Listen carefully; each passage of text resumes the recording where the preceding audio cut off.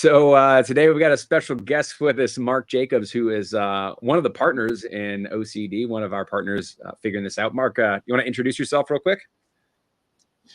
Yeah, thanks, Max. Good to see you too, Danny. I'm Mark Jacobs, and my background has been that I have been studying and delivering approaches to creating deeper customer relationships for the past 30 years. And there's a lot of math behind it, and you guys have become experts at it. Thanks for teeing this up. You've really helped us along. We brought Mark on. I mean, at the very beginning, Mark was one of the first people we started really working with and talking to figure out how do you bring the best experience to customers and more value to the dealer at the same time. A founding member, Mark is. Founding member, Mark Jacobs. It's good to be part of the team. Yeah, and so let me hitchhike on that bringing that customer experience and value. So, what we've learned together is that as you look at the most valuable customers in the dealership, there's a lot of lessons to be learned about what their expectations are and how we give them a better version of themselves, right?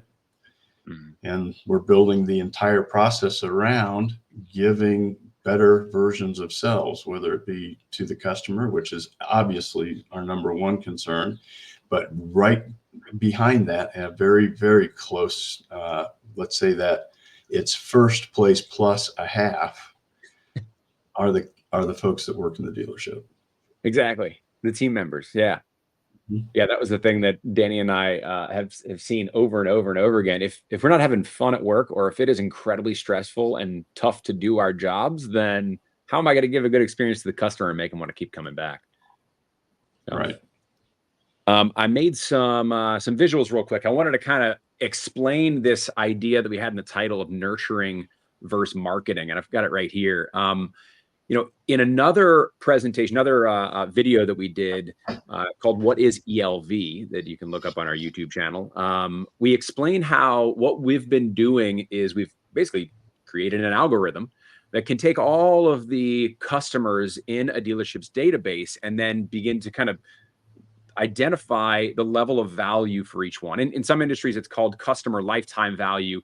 And for us, we call it enthusiast life cycle value. Now, the reason why we call it enthusiasts because we're looking at the data and trying to understand a life cycle from when they purchase a unit initially to when they visit service and they visit parts and they buy another helmet and they come back eventually to buy their second or their third motorcycle or boat or side-by-side.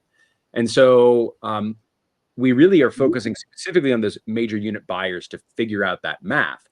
But when we do that, we can figure out where the value comes from across the entire store and start to label customers kind of in these different subsets. The green ones are what we call loyal customers. The ones that really we look at it as your favorite customers, the ones that show up often, engage heavily, do the services you recommend them, end up upgrading along the way. The yellow ones are what we call our neutral customers, kind of middle of the line. They're good customers, but they're not necessarily married to your store. They're just an enthusiast in general and purchase from you. And then there are vulnerable customers. I have listed there as red. Those are the ones who aren't really loyal to your location at all. In a lot of cases, these are the travelers. It's the people where they came to you because you had that unit you had to get rid of, so you had it at a super low price. So we've kind of begun to categorize an entire database in those three ways. And then what we want to do is we start focusing on kind of almost clumping those groups together. So we can start to see that our loyals are really the ultimate, the center of our plan, is to say, how do we make sure that that particular group has the best experience so that can kind of radiate out from there. Now, I'd mentioned that these are what we call enthusiasts, and enthusiasts require in the data to have a major unit sale. And then every other transaction after that kind of adds to it. But that also does mean that there's other customers in your database, ones that have maybe just bought a shirt, or they bought a helmet, or they bought a life vest. They bought something from your store, but they haven't bought a major unit. They haven't become loyal to your store. We don't have data for a life cycle. So basically, this kind of bullseye that we've created here is trying to identify where we're going to try to focus the most of our energy. But if we zoom out even further from that, it's not just the customers and the enthusiasts we have, we also have prospects. Think of these as like the leads that your sales department is really working on, or the customers that they bought a unit, they are a rider, they are a boater, but they're not in your circle yet, right? Because our goal is to take those prospects and turn them into customers. And then once they're customers, once they start doing business with us, it's easier for us to get them into one of these three circles of enthusiasts with vulnerable, neutral, and loyal. Now, there's one more level that is on here, and that's really just the general market. So if you think of like how manufacturers, we talk about primary market areas with manufacturers. This is the territory that you're really trying to serve. And so what happens is, as a dealer, we spend all this money, advertising dollars, to try and market to customers from the outside in. So we're saying we're trying to convince people that their lives could be better if they own a motorcycle or a side-by-side or a boat. But that takes a lot to convince someone to do that. Where what we've been focusing on, and really what Mark shed light on for us very early in the process, and we've just been like honing more and more and more, is trying to focus specifically on the loyal section, so that what we do, instead of adding people in, what we're doing is we're actually kind of dilating the loyals in the very center. We're making more loyal customers. We're giving an even better experience and growing the whole pie. Basically, we're growing all of the customer base that way, instead of just trying to find and convince people and add people to the pie. So, Mark, is that what you were trying to tell us when we started this thing 2 years ago? Yeah. You can cut that first part out and we'll reshoot it. But yeah, the big deal is just think how much there is to learn from the folks who are our most loyal customers. Not just what we're doing well, but what their aspirations are. What's their better vision of themselves? And how do we create that so we go from that better vision to giving them a better version? And think what they do when they get that. They go out and they talk to their friends and say, "You just can't believe the experience I'm having, and you should come by the dealership with me." And they'll talk up what's happening because they feel good, not just about the dealership. They feel good about the fact that the dealership makes them feel good about themselves. Yeah. And whenever the dealership introduces struggles, the first thing they do is they say, "I'm not feeling as good about myself because now I'm struggling."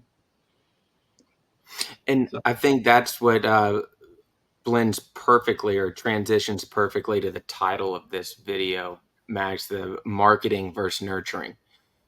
I think that the term marketing gets boiled down to advertising, which it's so much more than that. Whenever we talk about focusing on the loyals, again, we're not talking about focusing on those specific people and telling the vulnerables to get out if they walk through your door. It's about creating the environment that the loyals talk to their friends about, Mhm. and making it consistent for every customer. So it's about the loyal environment as much as it is about the individual people. So if you already have that loyal group, then it's much easier to fix the issues in the dealership that are causing the inconsistency than it is to grab whoever you can from the outside and try to plug them into an environment that isn't that best experience. Yeah. Yeah. And you know what? I'm gonna ask a leading question here. Danny, how would a dealership be able to change this? What do you do? What's the first step to say, like, okay, focus on making my customers better? How could they do that? Consistency. I mean, really, it's consistency, and that comes down to processes and doing things the same way every time. Yeah. If you go to you name it, Chick-fil-A, McDonald's, whatever, and you get, a different type of hamburger every time you go, one of them is going to be good and the other one's not going to be good. or in some cases they're bad all the time, but people are still addicted to it. But that's a different topic. but that's what I've seen. I mean, think about the amount of customers that come through the door that they check all of the boxes for being a loyal, great customer. Mm-hmm. But something happens. We've been studying stores with this exact same concept with the delve, which if you haven't heard what a delve is, there's a video on our YouTube channel about what a delve is and how we do it. But basically, the idea is we look at those customers and we go into your store and we figure out what experiences are the loyals getting that is making them loyal now, and how can you make it better, and what's the experience that the neutrals are getting currently that isn't making them a loyal? Because that's, Danny, you said it exactly. The experience for loyals is clearly better. They're having a better time, so they're spending more time with you, they're spending more money, they're creating more visits, they're a loyal customer. But the ones who are not getting that same type of experience don't become loyal because we're not consistently giving it to everybody. So how do you consistently give that experience? So let me jump in there, Max, because you're really on an important makes all of this pay off so rapidly. Is that when we know through the process that we're building at OCD who the loyals are, and we know who the vulnerables are, and we know who the ones that are not going to be coming back very often are, we don't change our behavior towards those folks, but we do understand that we don't chase, right? So we know how to invest more effectively. So we have a consistent system. And now instead of spending huge amounts of money trying to attract in anybody, hoping that some of them are loyal, we spend more time making sure the loyals are satisfied and the total experience of the dealership is fit for the loyals. And those that don't fit in will either self-select out, or our folks we will recognize that we're spending money chasing low quality relationships, and we'll refocus all of our efforts. And what's amazing is that it also then bleeds over to how people in the organization treat each other. Yeah. Right. Yeah. Because now they no longer have the frustration of dialing for dollars and finding that they're dialing a dead list. Right. Yeah. Yeah. Instead, they're interacting with people who are engaged. Yep. Right. And I think through the processes, we're going to capture a much higher percentage of potential loyals. Max, whenever you were talking about, the stores that we've worked with doing these delves and identifying different processes, one story comes to mind.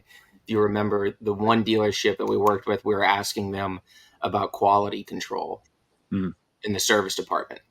It was about, do you have any type of system in place, for quality to make sure that a boat isn't coming back if it has an issue, things aren't missed when it's going out, that it's clean, all of the boxes are checked. And they said, yeah, absolutely. We have the quality checklist that we use. We said, oh, great. Can we get a copy of that? We were talking to a service advisor. It should be right there. It should go out with every work order. But they were buried in a filing cabinet and haven't been used for months. Yeah, let me I make one printed for you. Like, yeah, exactly. So that's just one example of that consistency. You could have somebody coming in that checks all of the boxes for being a great loyal customer, but they get their unit back after being serviced, and things that they asked to be done aren't done. Things that weren't broken when it came in are now broken, or things that they didn't know they needed weren't offered to them. Yeah. So that customer right there, I don't think that they're going to be going and talking to their other potential loyal friends saying this place was great, they really took care of me. Totally. And that's just a simple consistency thing. We missed out on that. And that customer goes from, in their first instance, potentially being an incredibly loyal customer because they have all the markers, to now they're, hopefully they're at least neutral, but likely they're not going to come back very often, which makes them a vulnerable customer. I've got a record of them, but they're not coming back Right. to us very often. Right. So you think about the amount of money that is spent on advertising Yeah. and marketing, yet little things like that and that consistency creates the most powerful marketing that there is, and that's word of mouth. Yep. All right, guys, we got so much more we can cover in this, and we will make more videos and post more like this. If you're interested in joining this movement of really improving the experience at your stores and growing that loyal base, making better versions of yourselves and of the customers, reach out to us. Give us a call, shoot us an email, and we look forward to seeing you soon. Thanks for watching. Thanks. Thanks, Mark. See you guys. Thanks. See ya.